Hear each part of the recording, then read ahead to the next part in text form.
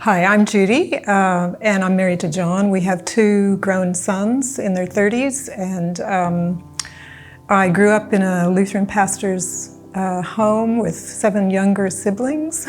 So that was my first introduction to things about Jesus Christ. And I had a lot of knowledge that I had in a box. So it was a lot of doctrine things that I understood.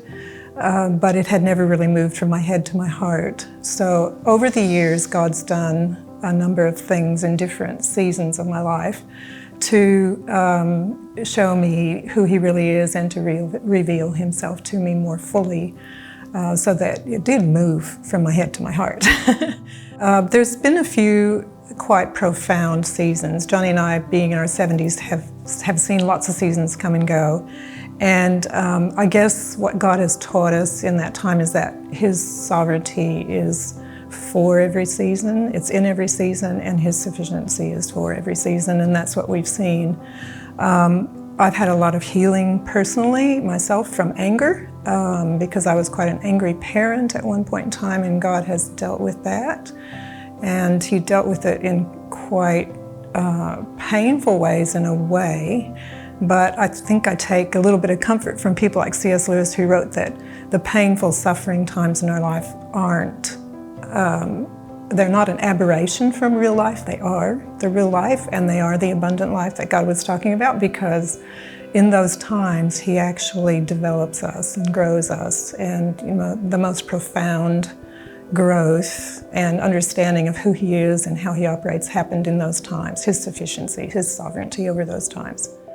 We were childless for 9 years after we married, and in those days I was watching a TV evangelist, and they had a prayer time, and they were praying for people who had various needs, just words of knowledge, really. And I was hoping that they would say that they had a word of knowledge for a couple in Georgia who hadn't had children yet and were waiting for a long time, and that didn't happen. But they did say something about people who were in situations that friends of ours were in, that same situation. So I was praying along for our friends, and in that moment, while I was praying for someone else, I heard a voice say, "This is the day you are going to have a baby, and you don't need a word of knowledge from anybody but me." And I knew it was God. I knew He was speaking to us and saying to us that we were going to have a child after these 9 years of watching all our friends have children and it not happening. And I was pregnant at the time and didn't even know. It was too early for me to even know. So there you go. That was one time when God really manifested His reality to me, and I knew that He had to be real. And of course, the healing that He gave me for anger when my parenting was stressful and I didn't handle it very well at times.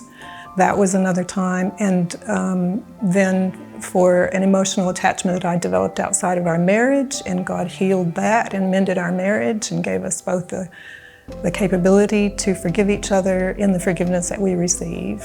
And that was another time when God manifested His presence and showed us who He is, that the forgiveness that Jesus bought for us on the cross can be lived out in a marriage. It can be lived out in our lives. And for me, God doesn't waste anything. It's not His economy to waste.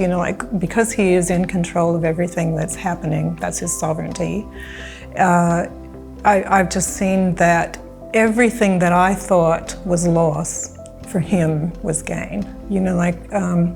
He has had the capacity in our lives to turn really negative things into a positive growth, positive outcome, and I think so that's taught me that God doesn't waste.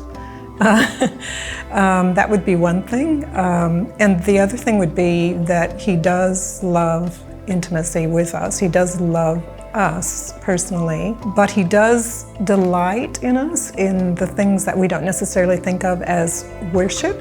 Like maybe we're hanging up clothes, or we're working in the garden getting our hands dirty, or whatever we're doing, the daily grind sort of stuff actually delights Him, because it can be done with His presence, it can be done for His glory, it can be done to serve other people, it can be done in a way that we're aware of Him and who He is. And we're delighting in the fact that He's given us the capacity to do that very thing. We're all on the same ground. We stand equally guilty but equally forgiven if we'll have Jesus as our Savior. So, that makes a difference in how you relate to people, how you interact with them, how you care about them because they're as needy for Jesus as you are. And that's been one thing that's changed, because I was capable of quite a lot of judgment and criticism, and I probably still am in my fleshly moments. But I know that God is there teaching me how not to do that. He's there every day to do that. Yeah. Johnny was diagnosed with non-Hodgkin's lymphoma, a particular type of lymphoma called follicular lymphoma.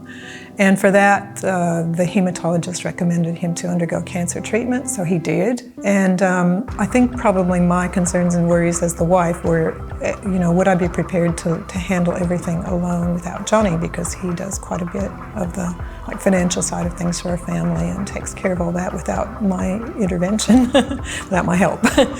And in that space, I heard God speak to me again, and He said, "You've been trusting me for lots and lots of years here for everything, so what's changed?" And I just really had to answer that question, what's changed? If I was willing to trust Him with the times of anger, the times of childlessness, the times of joblessness, the unfaithfulness in my marriage, and if God had healed and seen me through all of those things, then why was I doubting Him now? So I believe with all my heart that God created every person for Himself. He created every person to be in a relationship with Him. And until we are, we won't really have a completely fulfilled life that He meant for us to have. And that He longs for each person. You don't have to do life alone. And if you try, it's going to be tough at times. And you won't have anybody but yourself to rely on, which is kind of scary. Because it's not necessary for you to be there. God is there for you, and He has done everything necessary for you to have life with Him, and He wants to have life with you. So don't miss out.